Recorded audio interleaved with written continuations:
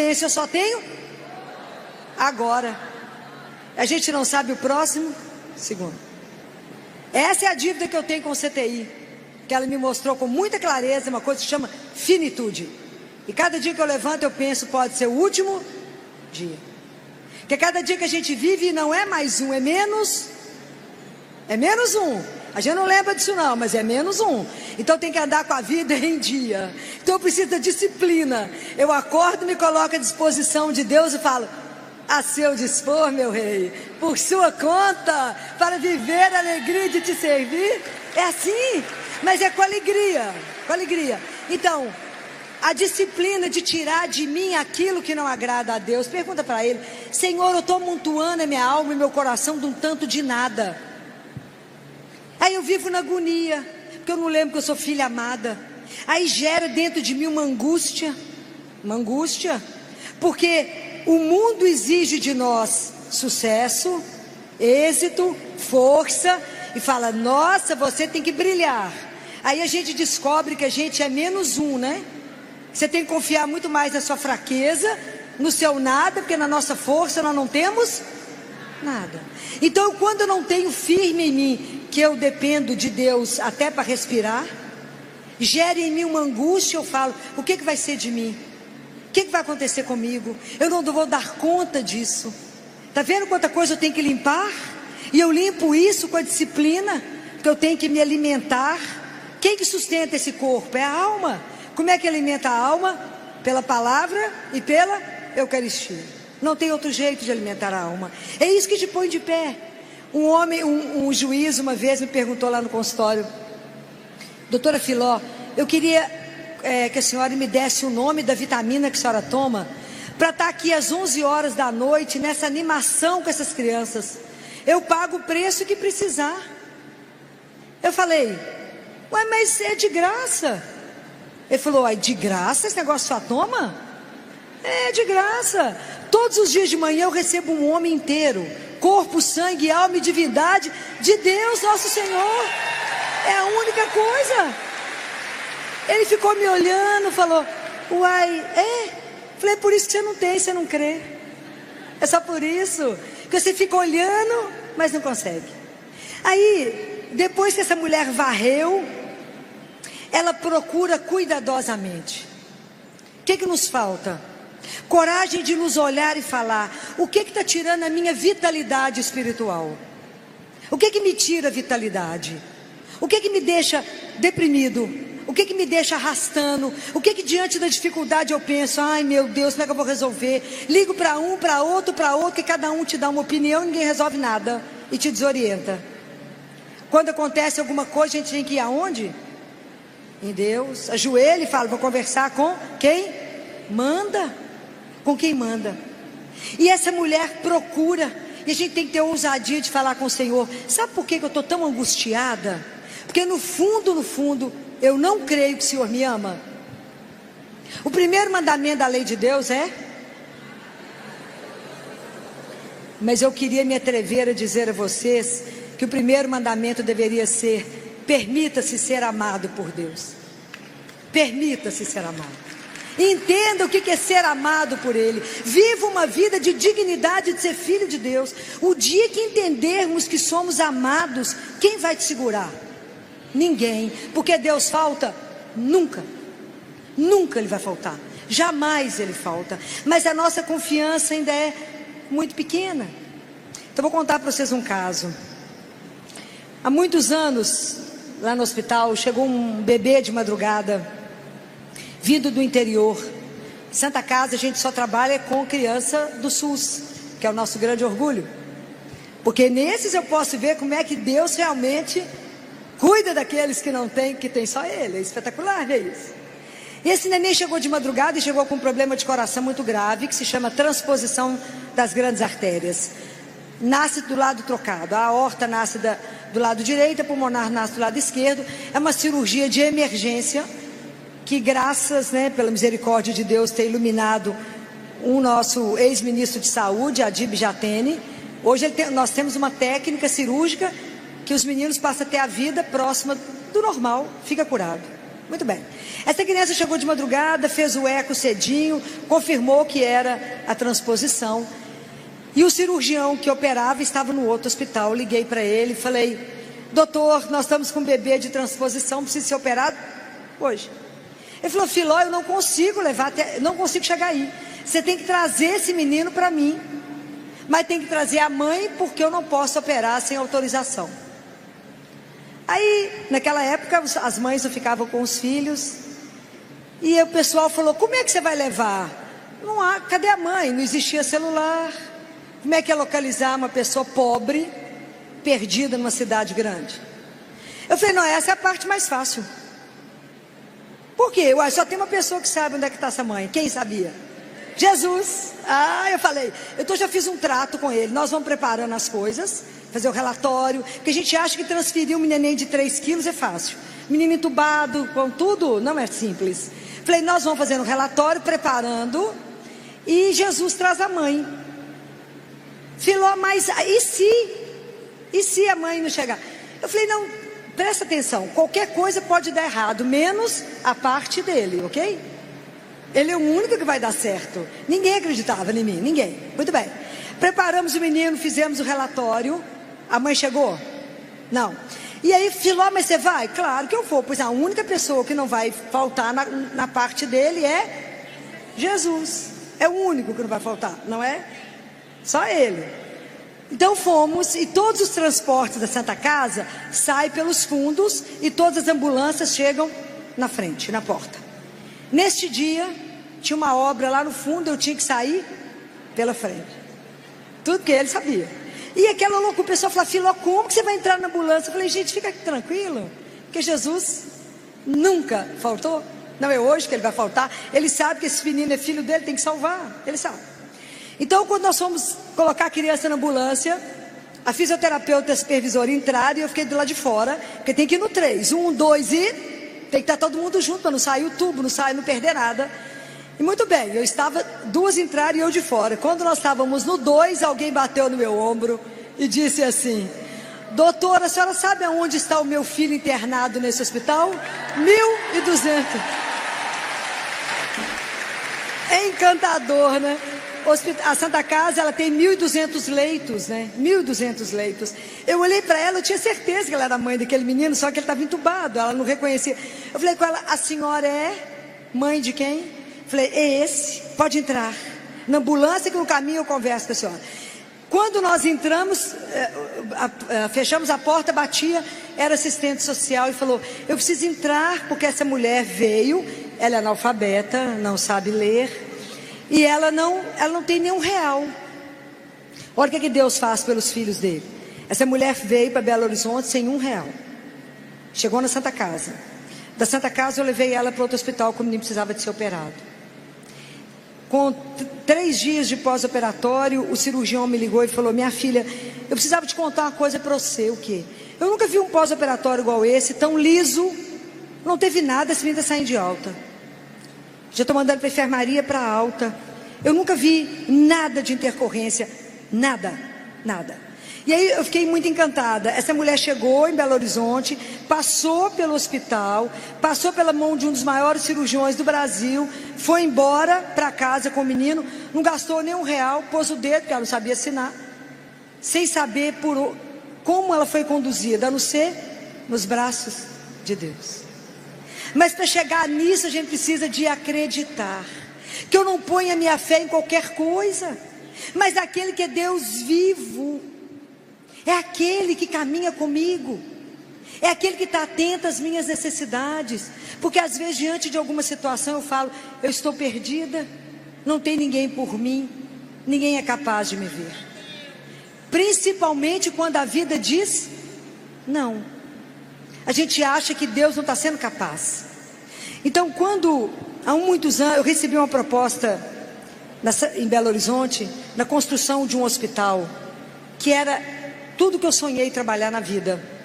Só que esse hospital estava sendo começado, tinha uma obra que estava sendo começada, e os idealizadores desse hospital me chamaram para um jantar. A coisa era bem sedutora, né? Me levaram para um jantar, me ofereceram um vinho, apesar de eu não beber nada, não ser água. E falaram: Filó, você foi convidada. E tinha tanta peneira que o nome da gente tinha passado. É tudo uma sedução, né? E a gente gostaria muito que você viesse ficar conosco. Já levaram até o contrato para mim poder assinar. E aí eu olhei aquilo, falei: eu não posso assinar agora. Por quê? Porque eu preciso conversar com meu pai. Ele achou que eu ia ligar para Oliveira para conversar com meu pai. Eu precisava rezar, né? Não é que eu ia tomar uma decisão sem rezar.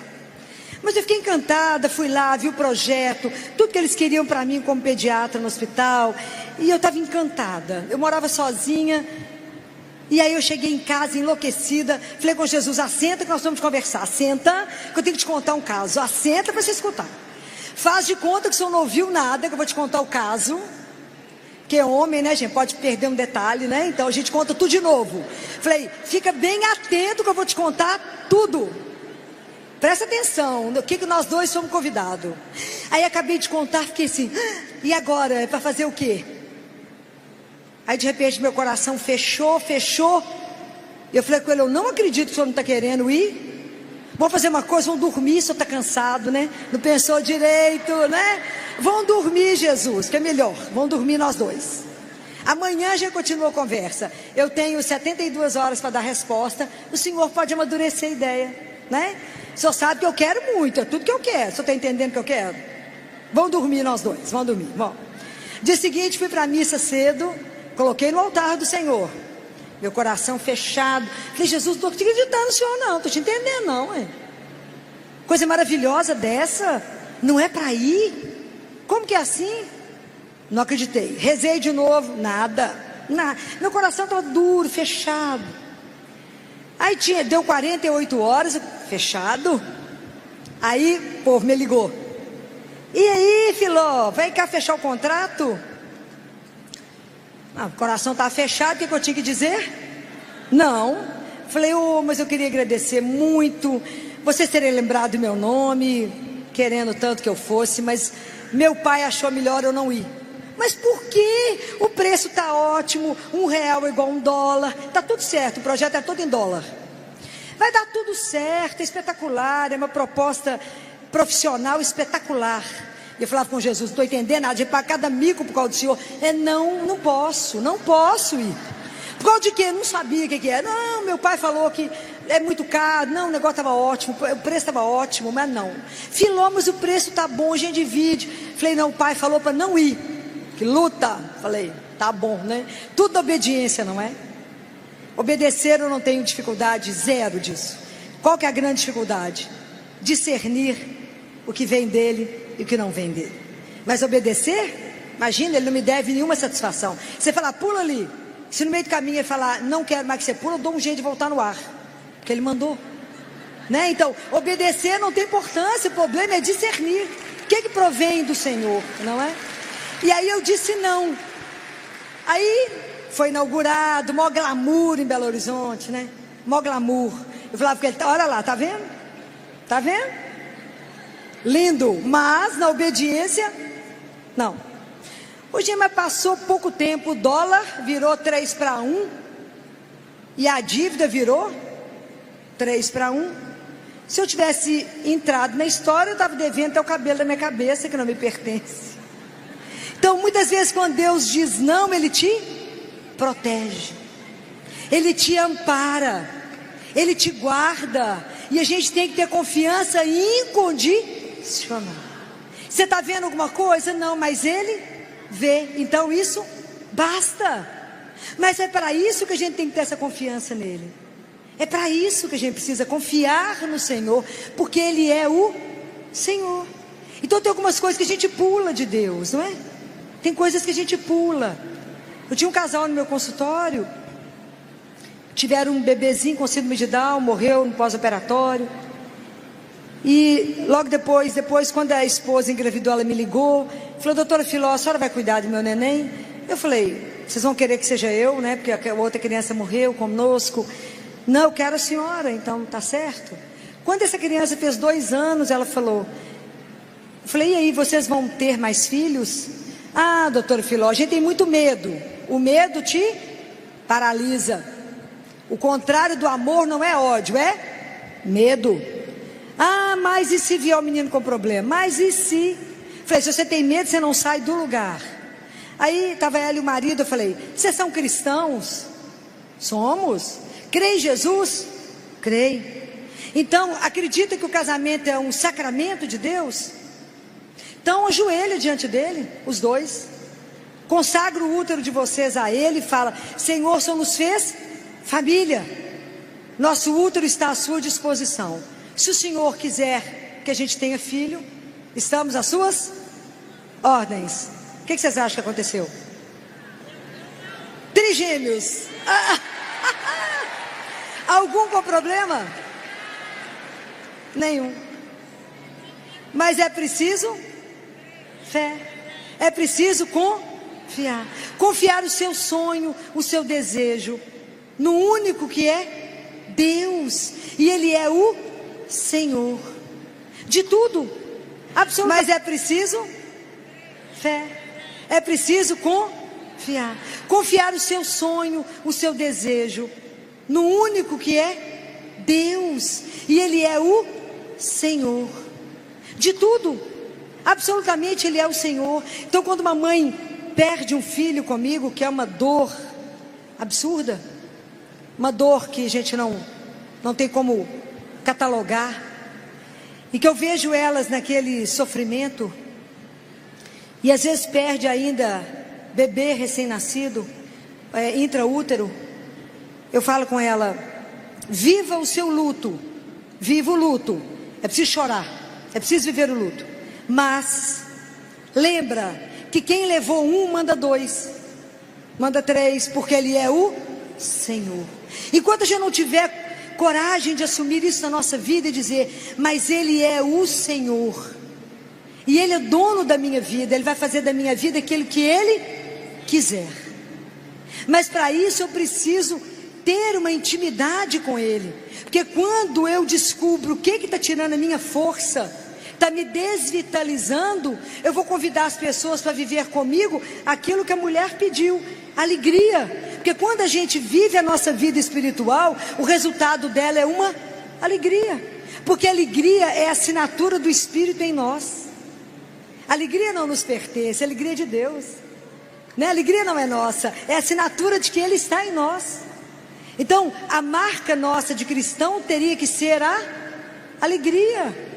Nós teríamos que ser reconhecidos pelo amor que nós temos uns aos outros e pela alegria de pertencer a Deus e de saber que nada que eu desejo Ele não saiba, Ele sabe, e que tudo eu posso confiar para Ele, e que mesmo que naquele momento Ele fale não, que a gente fica parecendo a criança que quer comer um doce antes do almoço, porque Deus só tem sim para nós, ok? Deus tem 3 sims. O primeiro sim é aquele que todo mundo quer. Senhor, me dá um copo d'água, e fala agora. Esse é o que a gente quer. O segundo sim é, não pode comer o doce antes do almoço, você vai comer depois do almoço, então tem que esperar um pouquinho.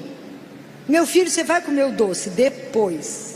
Pode até ficar segurando, mas você vai comer depois. E o terceiro sim é quando você fala, Jesus, você me dá esse Fusca? Ele fala, te dou, mas não Fusca, eu te dou uma BMW. Compreendem?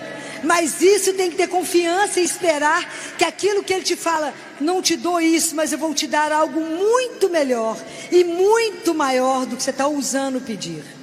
Compreendem? É esse o desafio que somos chamados todos os dias. A confiar e colocar em Deus e somente nele todos os sonhos que estão no seu coração, todo o desejo que está oculto, tudo que está oculto em você. Você acha que Deus não sabe? Ele sabe. Então nem tente fazer sozinho, coloca para Ele. Fala, Jesus, sabe aquele negócio? Não precisa nem contar tudo que já sabe, né? Sabe aquele negócio? Ele já sabe. Eu gostaria de te entregar.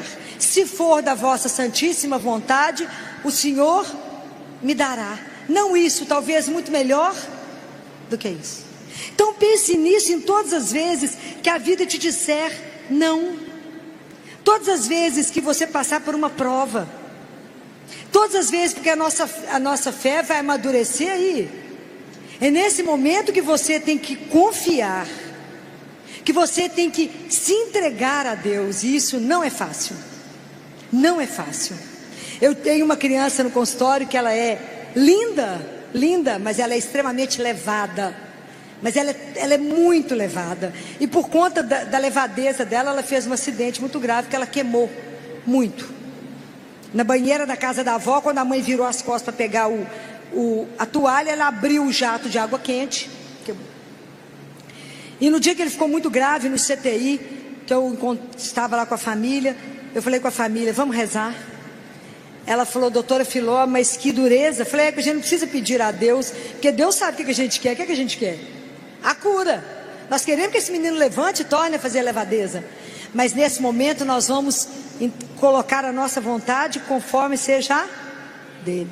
Fácil? Quando a gente fala, seja feita a vossa vontade, ela falou, doutora Filó, isso sai atravessado, porque ele é meu. Eu falo, nada é nosso. Uma das coisas mais difíceis de viver é que, qual que é a única coisa que é nossa? Qual que é a única coisa que nos pertence?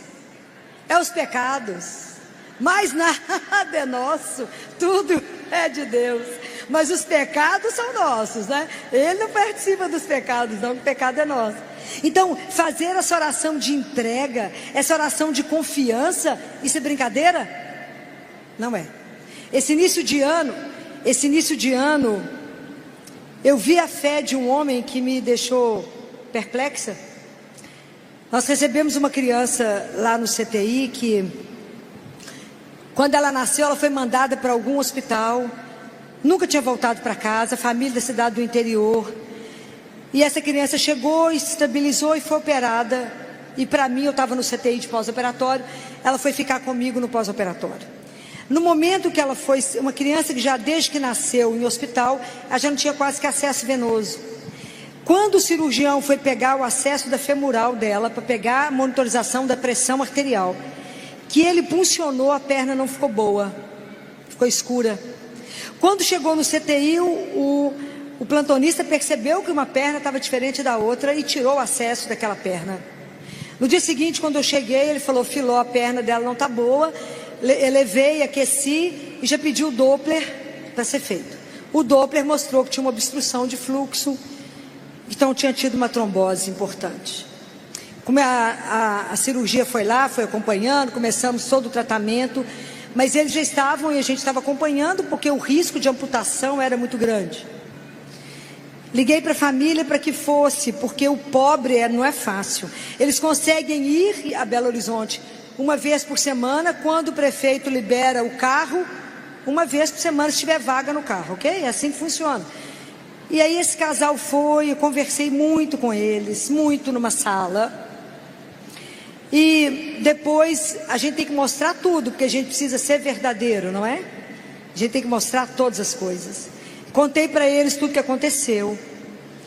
E estava eu, a supervisora, os residentes, o pai e a mãe. E eu fui desenrolar a perna para que eles pudessem ver a perna da criança. E esse pai lá dentro falou comigo, doutora, a senhora perdoa a gente ficar incomodando, porque eu já tinha passado meu celular para que eles me ligassem, eu sei da dificuldade de ligar. E ele falou para mim, doutora, a gente confia em Deus primeiro. Que bom, amém? Depois a gente confia em vocês. Nunca me viu, nem sabe se eu sou boa ou não. A gente confia em vocês. Então, mas desculpa incomodar, porque a gente fica aflito lá no interior. A gente fica aflito. Muito bem, ela chegou, aí eu mostrei para eles, e nós fomos desenrolando a perninha, e era duro de ver, que era uma perna preta, e a outra cor-de-rosa. Uma perna gelada e a outra quente. Mostrei para ele, mostrei aonde que estava ficando as possibilidades de amputação.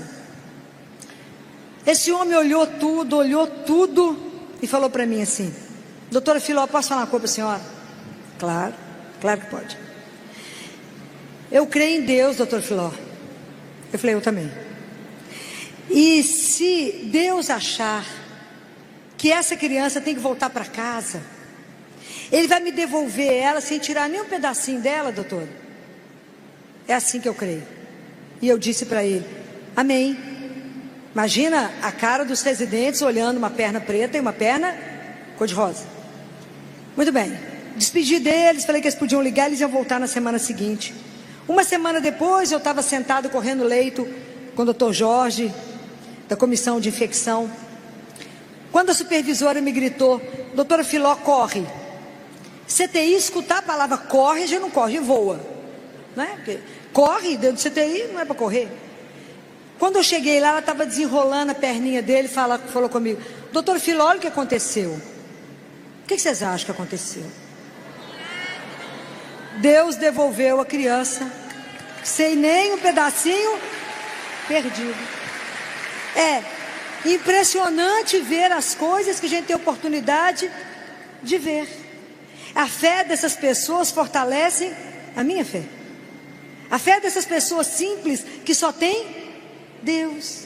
E quando eles falam comigo: doutor, eu só tenho Deus, eu falo: que ótimo, é tudo que a gente precisa. A gente precisa de mais o quê? Nada, nada. Mas eu tenho um modelo na minha vida que me inspira demais, que me ajuda demais na minha caminhada, que vocês acham que é quem? Quem que vocês acham? Ela. Pode imaginar uma fé e uma confiança como a dela? Pode imaginar o que foi no último mês de gravidez, andar no lombo de um burrinho? A caminhada de Nazaré a Belém era pequena, mas na época era estrada de chuva, esburacada. Ela teve que parar porque Deus deu o anúncio e ficou em silêncio. É quando Deus silencia, quando Deus se cala, que você fala: Deus não está me escutando. Ela deve ter olhado, falado: mas nós vamos dormir aqui mesmo, no chão? Deus falou o quê? Nada. E ela deitou com José e dormiu carregando o filho de Deus. Chegou em Belém, tinha quantas portas abertas para ele? Igual não tem hoje para ele, não é? Nosso coração permanece fechado, não é? Da mesma forma, nós somos hoje o lugar onde Deus se instala, se a gente permitir. Eis que estou à porta e bato. Se você abrir, eu entro e cearemos juntos, seremos amigos. Não é assim? Hoje a gente continua fechado. Aí ela tem o neném. Imagina José acordado, fala: acorda José, levanta, pega a mulher e o menino e foge, porque eles estão atrás deles para matar. A viagem tinha que ser rápida e ao mesmo tempo lenta. Por quê? São José podia ir pela mesma estrada? Não, o povo estava lá para poder pegá-los. São José teve que arrumar alternativa. Pode imaginar isso, gente? Não tinha anjo carregando eles, não. É humano. A vida espiritual não é um chapéu que está em cima da nossa cabeça, não. Tem que ser encarnado em nós. É Deus age na nossa vida aqui agora. É agora. Fé é assim: você põe o pé e Deus põe o chão. Você põe o pé e Deus põe o chão. Não tem o chão, não. Põe o pé. Imagina. E aí José vai para o Egito. O que Deus falou o anjo falou para José? Você vai ficar no Egito até quando? Até quando a minha boca falar de novo. Quantos anos durou isso? Que a gente acaba de rezar e fala: Deus não me respondeu, Deus não me escuta. Quantos anos que Nossa Senhora ficou no Egito? 7 anos. Oh, simples, né? A fé não é uma coisa tão fácil. Confiar em Deus, porque eu quero que Ele responda agora. Eu quero ver o foguete, eu quero ver o barulho, eu quero ver os anjos bater as asas, e não vamos ver, pelo menos por enquanto, ok? Põe o pé e Deus põe o chão. É assim. Aí falou: vamos José, pode voltar, que já o caminho está livre. Voltou para Nazaré. Claro que a grande luta de Nossa Senhora, a grande prova dela foi a cruz. Eu fico imaginando ela vendo Jesus na cruz. Mas vocês podem imaginar o que foi os anos de silêncio em Nazaré? A monotonia. Porque qual a vida social que tinha em Nazaré? Nenhuma. Então a rotina de Nossa Senhora, vendo Jesus crescer, Jesus correndo, ia lá em São José, voltava nela, ia lá, aprendia, pegava a tabuinha, voltava e corria. E ela olhava para aquele menino e falava assim: ele vai salvar o mundo. Como? Demorou quantos anos para ele se manifestar? 30 anos. Pode imaginar? E Nossa Senhora ia guardando tudo aquilo no coração dela, porque a gente acha que foi fácil a caminhada dela. Nossa Senhora também teve um caminho. Nossa Senhora também amadureceu na fé. Nossa Senhora teve que conhecer como ninguém o que é a confiança e entrega absoluta na mão de Deus. Pode imaginar quando ela colocou ele morto no colo dela? Que hoje lá no CTI, quando eu coloco, nós temos uma regra lá que ninguém pode morrer sozinho, né? Ninguém. É proibido morrer só, não é? Alguns eu carrego no meu colo, se não tem uma mãe, morre comigo abraçado. A gente canta, né? Porque anjo volta para casa cantando, né? Eu tenho certeza que eles estão voltando para casa. Batizo todos, depois eu pergunto qual a religião dos pais. Mas primeiro eu batizo. Morrer pagão não deixo não. Deixa morrer pagão não. Nenhum, não deixo. Morrer pagão é sem chance. E aí você imagina, outro dia tinha uma mãe com um menino de 2 anos no colo, desconsolada com aquele menino que tinha morrido. Eu cheguei no CTI, ela já estava com ele no colo. Aí eu abracei ela e disse para ela: não pode encerrar aqui, não pode. Não é isso que a vida nos diz, não é isso que Jesus veio nos ensinar, não é isso que Ele atravessou o universo para nos dizer, que a vida é eterna, que fomos convidados por Deus para ter uma vida, que Ele nos plasmou, nos pôs na mão, soprou e disse: és meu, eu te convido à vida. Então não pode encerrar aqui. Só que ela tem mais.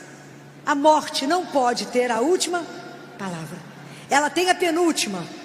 A última palavra da nossa vida: nós nascemos para o amor, não foi para a dor.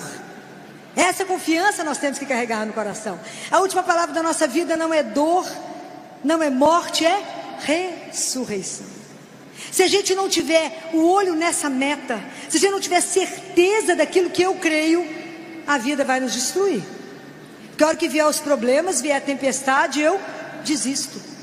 Então por isso que a gente tem que ter uma âncora. E a âncora da nossa vida é Jesus. Porque Ele não falta, porque Ele não mente, e todas as promessas dele se cumprem. E se Ele diz: eis que estou convosco, eis que estou convosco todos os dias. E quando Ele diz uma outra palavra: não tenhais medo. O meu sonho de consumo é ser como uma criança de 2 anos de idade, que segura na mão do pai, de fralda muitas vezes chupando o bico. O pai anda e ela anda, o pai para e ela para. Pergunta por quê? Não. Precisa de saber? Não, porque nós estamos nas mãos de quem? Do pai. Guarda uma coisa para poder encerrar: ninguém pode nos separar do amor de Deus. Nós somos dele, estamos na mão dele.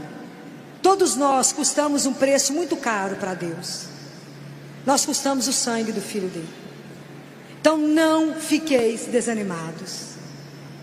Que Deus nesse dia possa revitalizar o seu coração. Que você possa de verdade acreditar nesse amor que é incondicional, é único e é eterno. Deus não nos ama se Ele nos ama apesar. Então nós temos que ter como Santa Teresinha. O que mais agrada a Deus? Que tem uma música que diz isso. Que agrada a Deus é a confiança cega que a gente tem que ter nele. É a nossa pequenez, é o nosso abandono. Tem que pedir a Ele: Jesus, me dê a graça da infância espiritual, que é a confiança incondicional. Você pega o menino, põe aqui e fala: pula. Ele não pergunta para você se vai cair, ele pula, porque ele está nos braços de quem confia. Então hoje eu quero te pedir que peça a Jesus essa graça, por intercessão de Santa Teresinha, que ela te dê a graça de uma confiança incondicional, porque você não está confiando numa ideia, você não está confiando em alguém que te falou alguma coisa. A sua confiança está depositada no único que é o Senhor de todas as coisas, que é nosso Senhor Jesus Cristo. Que Nossa Senhora nos ajude, que cada Pai Nosso que a gente rezar, que quando a gente disser: seja feita a vossa vontade, é o quarto sim que a gente está dizendo, e que ela nos ajude a de verdade entregar a nossa vida e o nosso coração ao único que sabe qual é o melhor caminho. Louvado seja nosso Senhor Jesus Cristo.